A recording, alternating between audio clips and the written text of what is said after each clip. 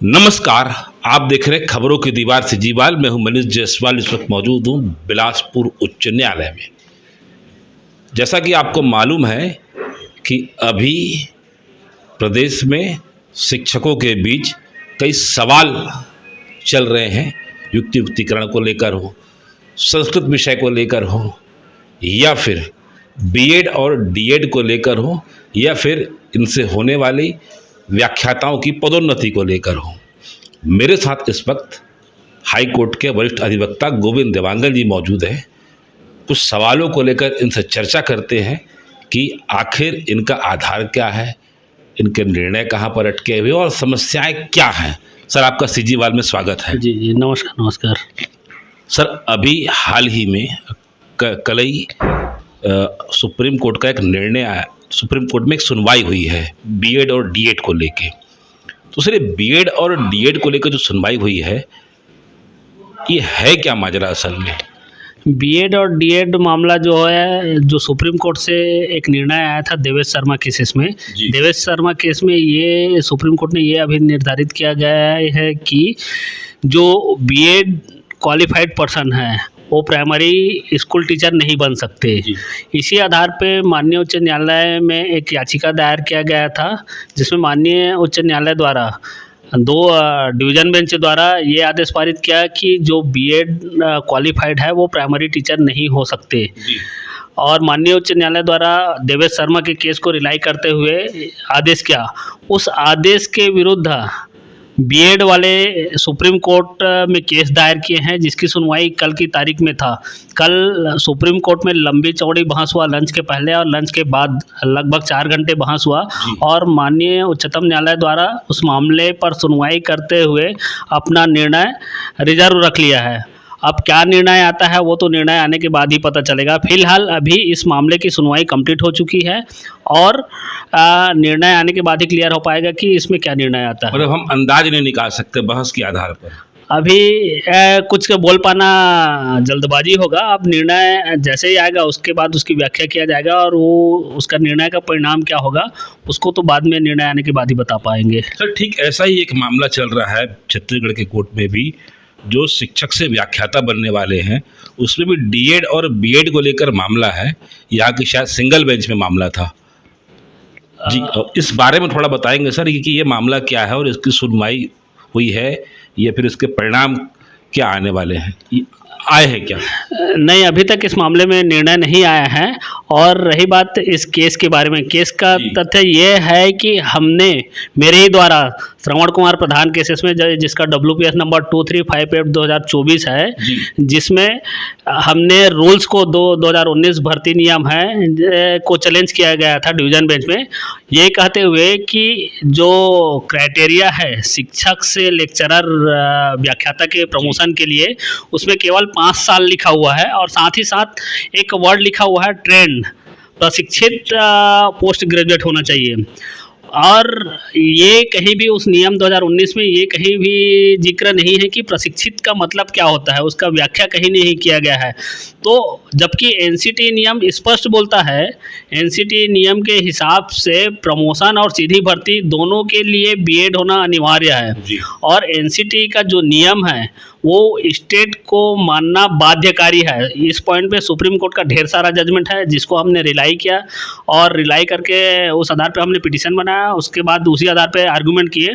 NCT ये बोलता है कि सीधी भर्ती हो चाहे प्रमोशन हो, उसके लिए मिनिमम क्वालिफिकेशन पोस्ट ग्रेजुएट के साथ आपको बीएड होना अनिवार्य है। जबकि हमारा स्टेट नियम ये बोलता है उसमें 5 साल का वर्क एक्सपीरियंस होना चाहिए और प्रशिक्षित होना चाहिए। प्रशिक्षित का मतलब हमारे स्टेट गवर्नमेंट ये लगा रहे थे कि बीएड और डीएड दोनों को शामिल कर रहे थे। तो हमने बोला कि डीएड वाले प्रशिक्षित के अंतर्गत नहीं आएंगे प्रमोशन के लिए, लेक्चरर पद के लिए। तो उसको कोर्ट ने सुनवाई करके फैसला सुरक्षित रख लिया है, और सुरक्षित रखने के बाद आज तक फैसला नहीं आया है, और संभवतः 1-8 हफ्ते में इस पे फैसला आने की पूरी उम्मीद है। और फैसला क्या होगा अभी बता पाना जल्दबाजी होगा। बहस के आधार पर हम कोई निर्णय नहीं निकाल सकते? नहीं, बहस के आधार पे अभी कोई निष्कर्ष निकालना जल्दबाजी होगा। लेकिन जिस हिसाब से आर्गूमेंट है हमारा और कोर्ट का व्यू था, उसमें पॉजिटिव लग रहा है, लेकिन जब तक निर्णय नहीं आता तब तक क्लियर बोल पाना कह नहीं पाएंगे। सर एक और विषय है, अभी यहाँ पर मामला भी फिलहाल लंबित पड़ा हुआ है संस्कृत और हिंदी को लेकर। पदोन्नति में जो संस्कृत और हिंदी का विषय है ये गंभीर विषय है। शिक्षक आधे लोग की पदोन्नति हो गई, आधे लोग की नहीं हुई है। सारा मामला क्या है सर, जो मामला कोर्ट में जो अटका हुआ वो क्या है? देखिए पहले क्या हुआ था, 1 साल पहले जब सहायक शिक्षक से शिक्षक के पद पे पदोन्नति होती थी, वो विषय वाइज होती थी, विषय के आधार पे होती थी, तो अलग अलग विषय होते थे।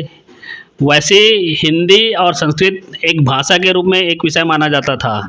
अब बाकी जितने भी विषय हैं जो शिक्षक के पद में पदोन्नत होने के लिए, उसके लिए योग्यता जो था, एजुकेशनल क्वालिफिकेशन, वो डिग्री था।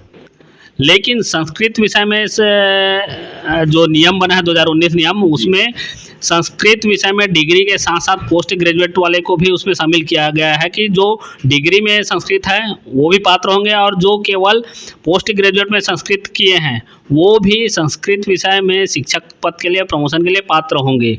तो कुछ शिक्षक साथी जिन लोग प्रमोशन नहीं हो रहा था और जो केवल डिग्री में संस्कृत थे, उन लोग के द्वारा ये याचिका दायर करके ये चुनौती दिया गया था कि बाकी सारे सब्जेक्ट के लिए आपने पोस्ट डिग्री क्वालिफिकेशन रखे हैं, लेकिन संस्कृत के लिए आपने डिग्री के साथ साथ पोस्ट ग्रेजुएट वाले को शामिल कर रहे हैं, इसलिए उनका राइट अफेक्ट हो रहा है और ये नियम विरुद्ध है। इसलिए जो पोस्ट ग्रेजुएट है उस पॉइंट को हटाते हुए केवल डिग्री में जो संस्कृत किए हैं उनको ही अलाउ किया जाए करके। तो इस पर सुनवाई करते हुए माननीय उच्च न्यायालय की 2 जज बेंच ने उस पर संस्कृत के पदोन्नति पर रोक लगाई। ऐसे ही कम से कम 5-6 मामले फाइल हुए, 2022 में फाइल हुए, 2023 में भी फाइल हुए, लगभग 5 से 6 प्रकरण फाइल हुए। तो 2 अलग अलग सन का मामला सब एक साथ जुड़ी हुई है, करीबन 5 से 6 मामला है, जिसमें 22 का भी है और 23 का भी है। तो अभी वर्तमान रोस्टर के हिसाब से 22 का मामला दूसरे जज सुन रहे हैं और 23 का मामला दूसरे जज सुन रहे हैं। तो इस कारण से इस मामले की लिस्टिंग नहीं हो पा रही है, क्योंकि 2 अलग अलग बेंच के यहाँ मामला चल रहा है और कौन से जज के यहाँ कौन सा मामला लिस्ट किया जाए, क्योंकि दोनों सारे मामले 5 से 6 प्रकरण एक दूसरे से जुड़े हुए हैं, मतलब किसी एक बेंच में लगना है, जबकि सन अलग अलग वाइज होने के कारण इस कारण से लिस्टिंग नहीं हो पा रहा है। ऐसे मामलों में लिस्टिंग के लिए मामले को माननीय उच्च न्यायालय के चीफ जस्टिस के पास इसको भेजा जाता है और वो एक नोटशीट जारी करता है कि ये मामला या तो 22 वाले जज जो सुनवाई कर रहे हैं उसके पास लगे या 23 वाले के पास। जब तक नोटशीट चीफ जस्टिस साहब का नहीं चलेगा तब तक ये मामला लिस्टिंग नहीं होगा। इस कारण से इस मामले की सुनवाई में देरी हो रही है और इस मामले में हमने बहुत प्रयास भी किए हैं और हो सकता है कि कुछ दिन में उसकी आउटकम आ जाए। बाकी इसी कारण से मामला थोड़ा लेट हो रहा है। मतलब न्याय मिलेगा, देर से बिल्कुल मिलेगा। न्यायालय पर लोगों को भरोसा रखना चाहिए, पक्ष मिले चाहे विपक्ष मिले। बिल्कुल बिल्कुल, मैं यही बोलना चाहूँगा कि न्यायालय में भले ही मामला देरी से निर्णय आता है, लेकिन ऐसा नहीं है कि जो उचित है वही निर्णय आता है। जी सर, अब एक मेरा अंतिम सवाल है सर, पदोन्नति से जुड़ा हुआ है। मान लीजिए, अपन काल्पनिक मान सकते हैं कि मान लीजिए अगर फैसला डीएड वालों के पक्ष में आ गया सहायक शिक्षक और शिक्षक के लिए, तो जब अगर डीएड वालों के फेवर में फैसला आ गया कि डीएड वाले ही सिर्फ सहायक शिक्षक बन सकते हैं और शिक्षक और व्याख्याता के लिए बीएड की योग्यता अनिवार्य है, तब की स्थिति में पदोन्नति जो होगी, जो प्रस्तावित पदोन्नति है जो भी विभाग की ओर से पदोन्नति की तैयारी की जा रही है, और हमारे यहाँ जो अधिकांश शिक्षक ऐसे भी है सहायक शिक्षक है तो विभाग में रहते हुए डीएड किए हुए हैं। पहले डीएड नहीं थे, क्योंकि पहले जब ये भर्ती हुई थी तो 12वीं बेस पर हुई थी सहायक शिक्षकों की, बाद में विभागीय बीएड या डीएड कराया गया है। तो क्या ये जो डीएड किए हुए लोग व्याख्याता भविष्य में बन पाएंगे यदि फैसला मान लीजिए डीएड के पक्ष में आता है? तब डीएड के विरुद्ध आता है तो डीएड के विरुद्ध, अगर डीएड के विरुद्ध फैसला आता है तो कोर्ट जो नियम बना हुआ है जिसमें ये बोला गया है कि प्रशिक्षित वर्ड, तो प्रशिक्षित वर्ड को हटा के उसमें नियम में ये संशोधन करना पड़ेगा कि बीएड ओनली, और क्या उस स्थिति में केवल बीएड जो डिग्री होल्डर होंगे उन्हीं लोग व्याख्याता बन पाएंगे। और अगर उनको इस चीज़ से पीड़ित है तो इस ऑर्डर को चैलेंज करना पड़ेगा माननीय उच्चतम न्यायालय में, और ये बताना पड़ेगा कि हम जिस समय भर्ती हुआ था उस समय ये अनिवार्य नहीं था कि बीएड होना चाहिए, और जो क्वालिफिकेशन उस समय रिक्वायर्ड था उसके हिसाब से उनकी नियुक्ति हुई है। और हम एक्सपीरियंस होल्डर हो गए हैं, कम से कम 15 साल 20 साल 1998 से पढ़ा रहे हैं, कई लोग बहुत 15-20 साल से पढ़ा रहे हैं। तो हमारा जो है राइट ऑफ प्रमोशन ही ख़त्म हो जाएगा, तो उस आधार पर उन लोग चुनौती दे सकते हैं। क्योंकि ये मामला 2 जज के यहाँ चल रहा है तो उनको केवल और केवल एक रेमेडी बचती है, जो उच्चतम न्यायालय में उनको चुनौती देना पड़ेगा, सुप्रीम कोर्ट में। मतलब वो मामला जिंदा रहेगा उच्चतम न्यायालय पदोन्नति को लेकर, पदोन्नति को लेकर, है ना? क्योंकि पदोन्नति अलग चीज़ है और भर्ती अलग चीज़ है। सीधी भर्ती, देखिए भर्ती का तरीका कई आधार पे हो सकता है। एक तो सीधी भर्ती होता है जिसमें क्वालिफिकेशन व्याख्याता के लिए सीधी भर्ती में पोस्ट ग्रेजुएट होना चाहिए और बीएड होना चाहिए, वो तो नियम में दिया हुआ है। लेकिन पदोन्नति में जो केवल 5 साल का वर्क एक्सपीरियंस आपको फीडर कैडर में होना चाहिए और प्रशिक्षित होना चाहिए, ये वर्डिंग था। तो उसको हमारे द्वारा चुनौती दिया गया। तो 2 अलग अलग पैटर्न हो गया भर्ती का, एक तो सीधी भर्ती और दूसरा पदोन्नति से भर्ती है।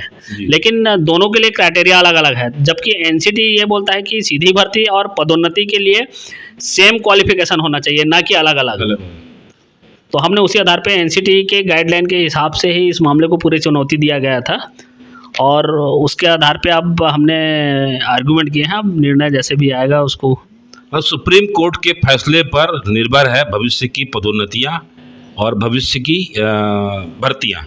बिल्कुल निश्चित ही सुप्रीम कोर्ट का जो भी निर्णय आएगा, कल की तारीख में जो मामला बीएड वर्सेस डीएड वाले में जो भी सुनवाई हुआ है उसका जब तक निर्णय आएगा उसके बाद ही आगे की रूपरेखा और आगे की दिशा दशा तय होगी। सर मेरा एक सवाल था, मैं जब ध्यान से मेरे हट गया, अब ध्यान आ रहा है कि लगभग 3500 शिक्षक जो बीएड वाले बताए जा रहे हैं कि अगर फैसला उनके खिलाफ आया और डीएड को ही कंटिन्यू किए तो बाहर हो जाएंगे। ऐसी स्थिति में क्या सर उनकी नौकरी खत्म हो जाएगी? निश्चित ही, क्योंकि देखिए ये मामला अभी सुप्रीम कोर्ट में चल रहा है और सुप्रीम कोर्ट के फैसला के अकॉर्डिंग ही स्टेट को कंप्लायंस करना पड़ता है।